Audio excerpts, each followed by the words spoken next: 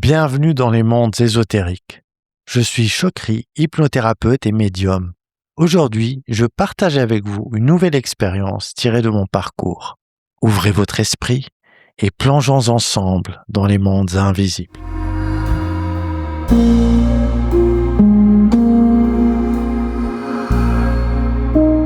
Et si je vous disais que juste là, autour de vous, il y a une bulle de lumière colorée qui change selon vos émotions. Vous la sentez parfois, non? Cette petite chaleur quand quelqu'un vous plaît ou ce frisson quand une personne vous met mal à l'aise. Et si, sans le savoir, vous baignez en permanence dans cet océan d'énergie invisible qui influence votre santé, vos relations, vos décisions et même votre chance, je dirais.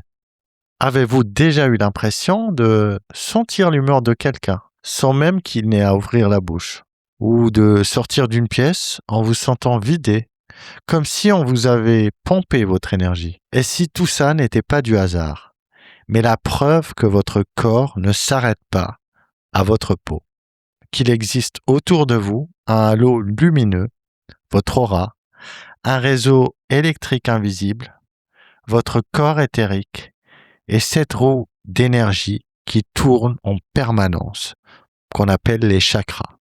Bienvenue dans cet épisode où nous allons plonger ensemble dans les corps subtils, ces énergies qui nous entourent et nous traversent. Je vais vous expliquer tout cela avec des mots simples, des métaphores qui parlent. J'essaierai de faire en sorte que ça parle à tout le monde, de prendre des exemples du quotidien.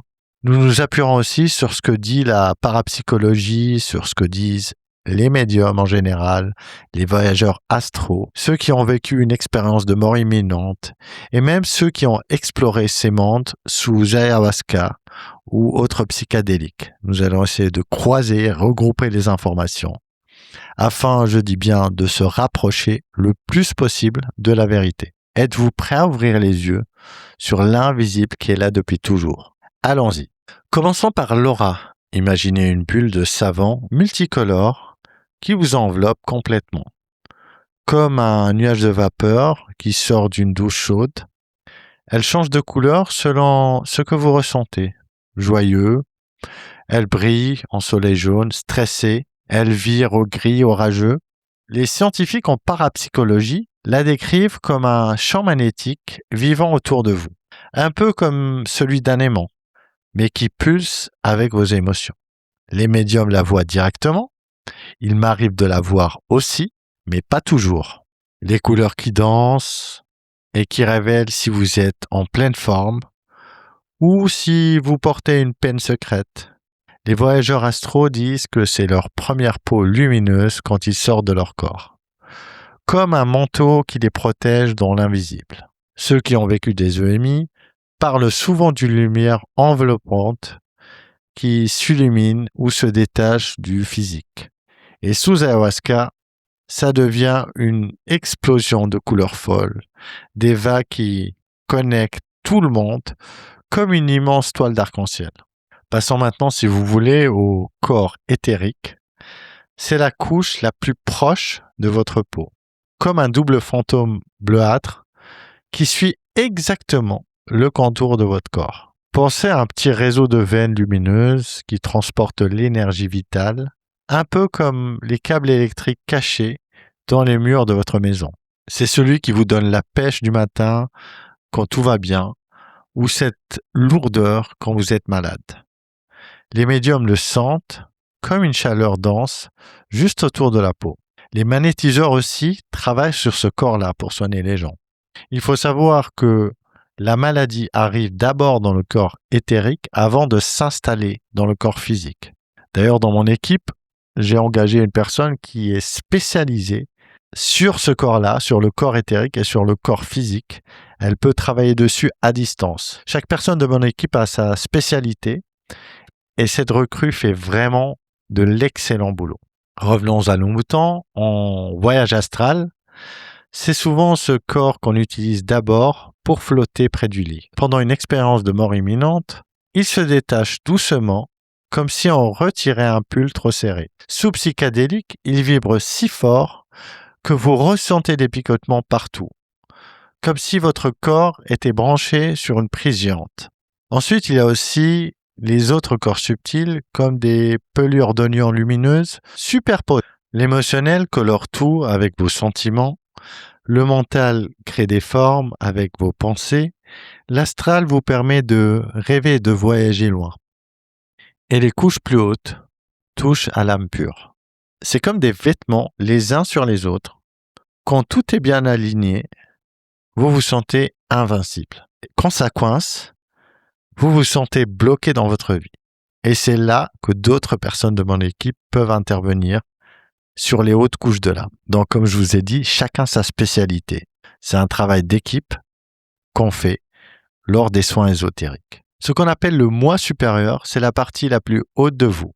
C'est comme un GPS divin tout en haut de ces couches. C'est cette voix sage qui vous guide quand vous écoutez vraiment votre intuition. Les médiums le canalisent avec des messages clairs. C'est cette partie-là de vous qui vient me parler lors des séances de lecture d'âme. Et c'est ce message-là que je transmets aux gens qui me consultent. Les personnes en EMI le rencontrent comme une lumière immense, pleine d'amour. Et sous ayahuasca, c'est une connexion directe avec le grand tout. Maintenant, on va zoomer sur les chakras. C'est 7 petites turbines d'énergie alignées le long de votre colonne vertébrale, comme des roues qui tournent et pompent la vie en vous.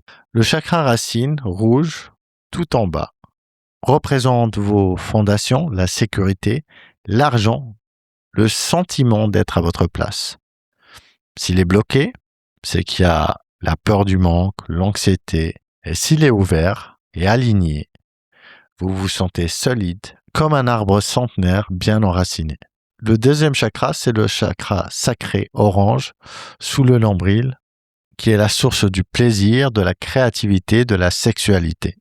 Quand il est bloqué, vous ressentez de la culpabilité, vous avez un manque d'inspiration, et quand il est ouvert et parfaitement aligné, vous savourez la vie, vous créez avec joie. Le plexus solaire, jaune, c'est par là que vous avez votre pouvoir personnel, la confiance en vous. Lorsqu'il est bloqué, vous avez un manque d'assurance, de la procrastination. On dit toujours, il faut être motivé. Pourquoi tu procrastines ou autre chose? Là, vous avez une explication ésotérique. Il se peut que le plexus solaire soit bloqué.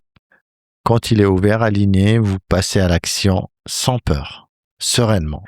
Petite parenthèse, mes 3 médiums peuvent voir les chakras, les aligner, les nettoyer quand elles font des sorties de corps lors d'une séance de soins ou une séance de vérification. Et petite astuce que je vous donne, ce 3e chakra, le plexus solaire, c'est le chakra le plus utilisé par les entités bas astrales pour vous attaquer, vous nuire, vous parasiter, même en cas de possession. C'est une porte d'entrée pour les entités bas astrales. Le 4e chakra, c'est le chakra du cœur, de couleur verte, qui symbolise l'amour, la compassion. Quand il est bloqué, on a une fermeture, une rancune. Et quand il est ouvert et bien aligné, vous rayonnez d'amour et attirez des relations saines. Le 5e chakra, c'est le chakra de la gorge, de couleur bleu clair. Il sert à la communication, à l'expression. Quand il est bloqué, vous avalez vos mots. Il m'est même arrivé sur plusieurs séances de voir que les gens qui bégayaient avaient ce chakra bloqué. Lorsque ce chakra est ouvert, vous parlez vrai et vous êtes écouté. Si vous avez par exemple l'impression de ne jamais être écouté malgré tout ce que vous dites, il se peut que ce chakra-là soit bloqué par de la magie noire, une entité, un implant. Le 6e chakra, c'est le 3e œil de couleur indigo. Il symbolise l'intuition, la clairvoyance. Quand il est bloqué, vous êtes dans le doute constant. Et quand il est ouvert et aligné, vous avez des flashs, vous sentez les choses à l'avance. Bref, c'est un chakra nécessaire pour la médiumité. Et beaucoup de médiums se font attaquer via ce chakra pour l'embrouiller. Le 7e chakra, c'est le chakra couronne de couleur violet ou blanc, tout dépend. Il est tout au sommet. Il symbolise la connexion spirituelle. Quand il est bloqué, vous avez un vide existentiel. Et quand il est ouvert et aligné, vous avez une paix profonde, un sentiment d'unité. Tout le monde les décrit de la même façon, que ce soit les anciens yogis, les chercheurs qui mesurent leur fréquence, les médiums qui les voient tourner, ou ceux qui, sous psychédéliques, les sentent exploser en couleurs. Vous allez me dire à quoi ça sert de connaître tout cela dans la vraie vie. Imagine avoir des lunettes à rayon X pour les émotions. Vous voyez l'aura de votre chef rouge et agité, vous attendez le bon moment pour demander une augmentation. Vous sentez le chakra du cœur d'un client fermé, vous parlez plus d'émotions que de chiffres. Et le deal se fait beaucoup plus facilement. En couple, vous ressentez que l'énergie de l'autre est basse. Au lieu de vous énerver, vous proposez un câlin. Cela évite 90% des disputes inutiles. Au travail, vous protégez votre aura avant une réunion lourde, comme mettre un bouclier invisible. Et vous rentrez chez vous encore plein d'énergie. Dans les soins, harmoniser un chakra bouché, c'est comme déboucher un tuyau. La personne se sent légère, les douleurs diminuent, le moral remonte. Bref, ce n'est pas du luxe ésotérique, c'est un outil concret pour mieux comprendre les autres, protéger votre énergie et vivre plus aligné. Petite parenthèse sur les couleurs de l'aura, elles sont comme un mood ring géant. Rouge vif, passion et force. Rouge boueux, colère. Orange, créativité. Jaune doré, joie et intelligence. Vert, guérison et équilibre. Bleu, paix et communication. Violet, spiritualité. Rose, amour tendre. Blanc ou or, pureté élevée. Gris ou noir, souvent fatigue, protection ou énergie lourde à libérer. Et quand l'aura est trouée ou déchirée, c'est comme une bulle avec un accord. L'énergie fuit, ça arrive après un choc émotionnel, un trauma, un contact toxique ou une maladie. Vous vous sentez vidé sans raison, fatigue chronique. Bonne nouvelle, ça se répare avec de la colle superglue. Non, je plaisante. Ça se répare avec du repos, de la méditation, une visualisation de lumière qui comble les trous ou un soin énergétique. Et pour finir, 2 petites histoires personnelles qui montrent que tout le monde peut toucher à cela. À l'époque où je faisais de l'hypnose de spectacle, je guidais les volontaires avec une simple suggestion. Maintenant, vous voyez les auras autour des gens. Et là, bam, des gens tout à fait ordinaires décrivaient des couleurs précises, des halos qui bougeaient. Preuve que cette capacité dort en chacun de nous, comme un interrupteur prêt à être allumé. Plus récemment, dans mes séances de thérapie sur les blessures de l'âme, j'utilise une technique douce pour libérer les émotions coincées, comme ouvrir une vanne.